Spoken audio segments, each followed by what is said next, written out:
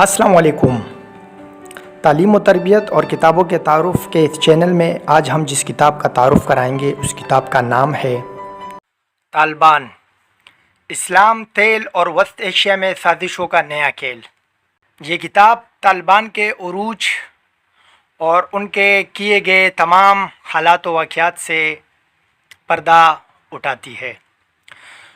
बकौल मुसन्निफ़ अहमद रशीद साहब कि मुझे इस किताब को लिखने में 22 साल का अरसा लगा, क्योंकि इतने ही साल मैंने अफ़गानिस्तान में रिपोर्टिंग की है। इस किताब में आपको तालिबान के किए गए हर इक़दाम की तफसील मिलेगी, जो कि अफ़गानिस्तान की सरज़मीन पर होने वाले जंगों से पर्दा उठाती है। अफ़गानिस्तान की सरज़मीन अपनी जग़राफ़ियाई महलो वक़ूअ की वजह से सदियों से तारीख़ी अहमियत की हामिल चली आ रही है। यही वजह है कि दुनिया की अक्सर बड़ी ताकतों ने हमेशा इस मुल्क को ललचाई हुई नज़रों से देखा है और एशिया के इस खित्ते के ममालिक पर अपनी बलादस्ती कायम करने के लिए अफ़गानिस्तान को अपनी मंजिल के जानिब पहले जीने के तौर पर इस्तेमाल करने की कोशिश की है। इन ममालिक में सरफ़हरिस्त रूस है, जिसको खलीज के गर्म पानियों तक पहुँचने की वैसियत वर्षे में मिली है। यही वजह है कि पीटर के बाद हर दौर के रूसी हुक्मरानों को खलीज तक पहुँचने का ख्वाब सताता रहा है, जिसे एक ज़िंदा हकीकत बनाने के लिए वो मुख्तलिफ़ किस्म के हथकंडे इस्तेमाल करते चले आए हैं। मौजूदा दौर में 1980 से एक सदी पहले अंग्रेज़ों ने अफ़गानिस्तान को फ़तह करने की कोशिश की और बरसग़ीर में अपने कदम जमाने के लिए अफ़गानिस्तान को एक बॉर्डर और बफर जोन के तौर पर इस्तेमाल करने की कोशिश की, लेकिन इसमें उनको कामयाबी नहीं हुई। अंग्रेज़ के बाद रूस ने कफ़काज़ और वस्त एशिया की मुसलमान रियासतों को हवस मलगिरी का निशाना बनाया और फिर अगले मरहले में अफ़गानिस्तान को अपना हदफ ठहराया। अफ़गानिस्तान के अवाम को कफ़काज़ और वस्त एशिया के मुसलमानों के हशर से दो चार करने के लिए रूस ने मकर व फ़रेब की पॉलिसी अपनाई और अफ़गानों के खैरख्वाह के रूप में अफ़गानिस्तान में दाखिल हुआ।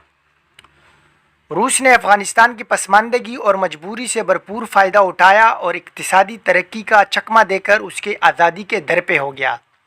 उसने माली और फ़नी इमदाद के अवज़ अफ़गानिस्तान के नाअक़बत अंदेश हुक्मरानों से मनमानी मराहत हासिल कर ली और अफ़गान फ़ौज और अवाम में मफाद परस्त, बेदीन और वतन फ़रोश अनासिर को कम्युनिज़म का सब्ज़ बाग़ दिखाकर उन्हें अपने ही वतन के ख़िलाफ़ साजिशों पर उकसाया।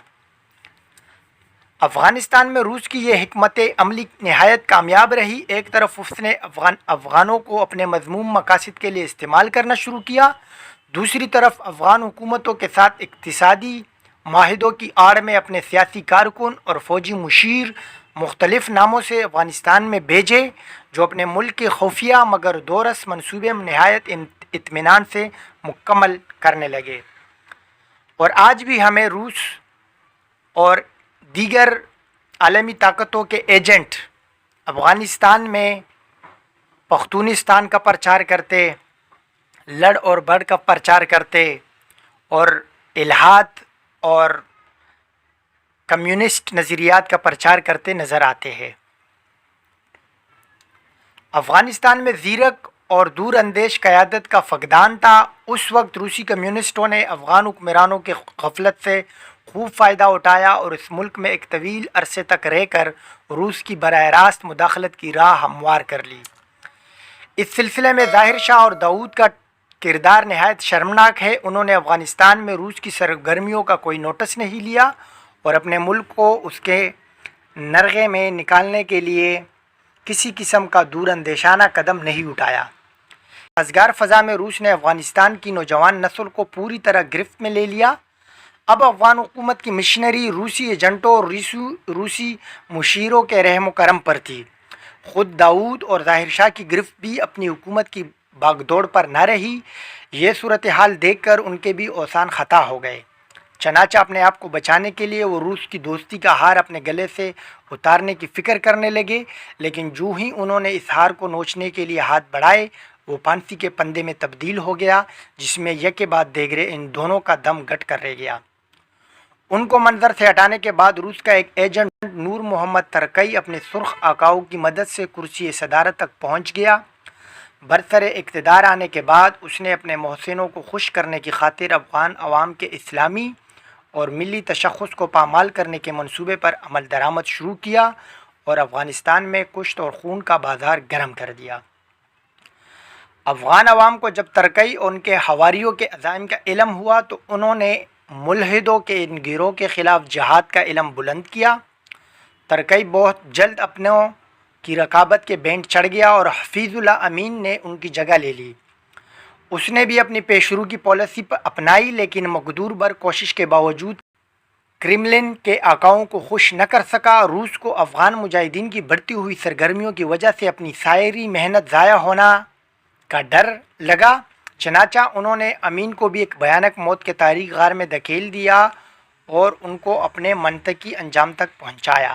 اب کے بعد روس اپنے کسی افغان ایجنٹ پر انحصار نہیں کرنا چاہتا تھا، چنانچہ حفیظ اللہ امین کے خاتمے کے ساتھ ہی اس نے جدید ترین اسلحے سے مسلح اپنی 1,00,000 فوج افغانستان میں جھونک دی اور دنیا کی آنکھ میں دھول جھونکنے کی خاطر اپنے ایک تیسرے ایجنٹ بیبرک کامرل کو اقتدار کی کرسی پر باہر سے لا کر بٹھا دیا۔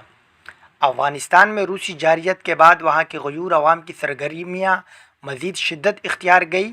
افغانستان کا بچہ بچہ سر پر کفن باندھے شوق شہادت سے سرشار اپنے دین و وطن کے دشمن کے خلاف۔ افغانستان میں حق اور باطل کی یہ کشمکش روس کے آنے سے لے کر روس کے جانے تک اور روس کے جانے کے بعد طالبان کے عروج تک اور طالبان کی حکومت قائم ہونے کے بعد امریکہ کے حملے تک اور امریکہ کے 20 سالہ طویل جنگ کے بعد اب جا کر یہ خانہ جنگی اور یہ جنگ ختم ہونے کی امید قائم ہوئی ہے۔ یہ کتاب جناب مصنف احمد رشید صاحب کی لکھی ہوئی ہے۔ احمد رشید صاحب ایک پاکستانی صحافی ہے جو انگریزی اخبارات میں کالم اور رپورٹیں لکھتے تھے۔ اس کا ترجمہ حمید جہلمی صاحب نے کیا ہے۔ تقریباً 350 صفحات پر مشتمل یہ کتاب کے دوسرے اور تیسرے ایڈیشن میں کچھ ضمیموں کا بھی اضافہ کیا گیا ہے۔ اس کتاب میں طالبان کے عروج، طالبان کی وجوہات، طالبان کے عروج حاصل کرنے کی وجوہات اور طالبان کی حکومت کے طریقے پر، طالبان کی حکومت ختم کرنے کے لیے امریکہ کے حملہ اور یہ دیگر تمام عالمی اور اقتصادی حالات و واقعات کو اس کتاب میں جگہ دی گئی ہے۔ بہت ہی خوبصورت اور بہت ہی معلوماتی کتاب، طالبان کے A to Z حالات و واقعات پر روشنی ڈالتی ہوئی یہ کتاب آپ ضرور پڑھیے تاکہ آپ کو افغانستان کے حالات و واقعات، افغانستان کے ماضی، افغانستان کے حال اور افغانستان کے مستقبل کے بارے میں معلومات حاصل ہو۔ ویڈیو کیسی لگی اس بارے میں ضرور بتائیے گا، چینل کو سبسکرائب کر دیں اور بیل آئیکن بھی ضرور دبا دیں۔ اللہ حافظ۔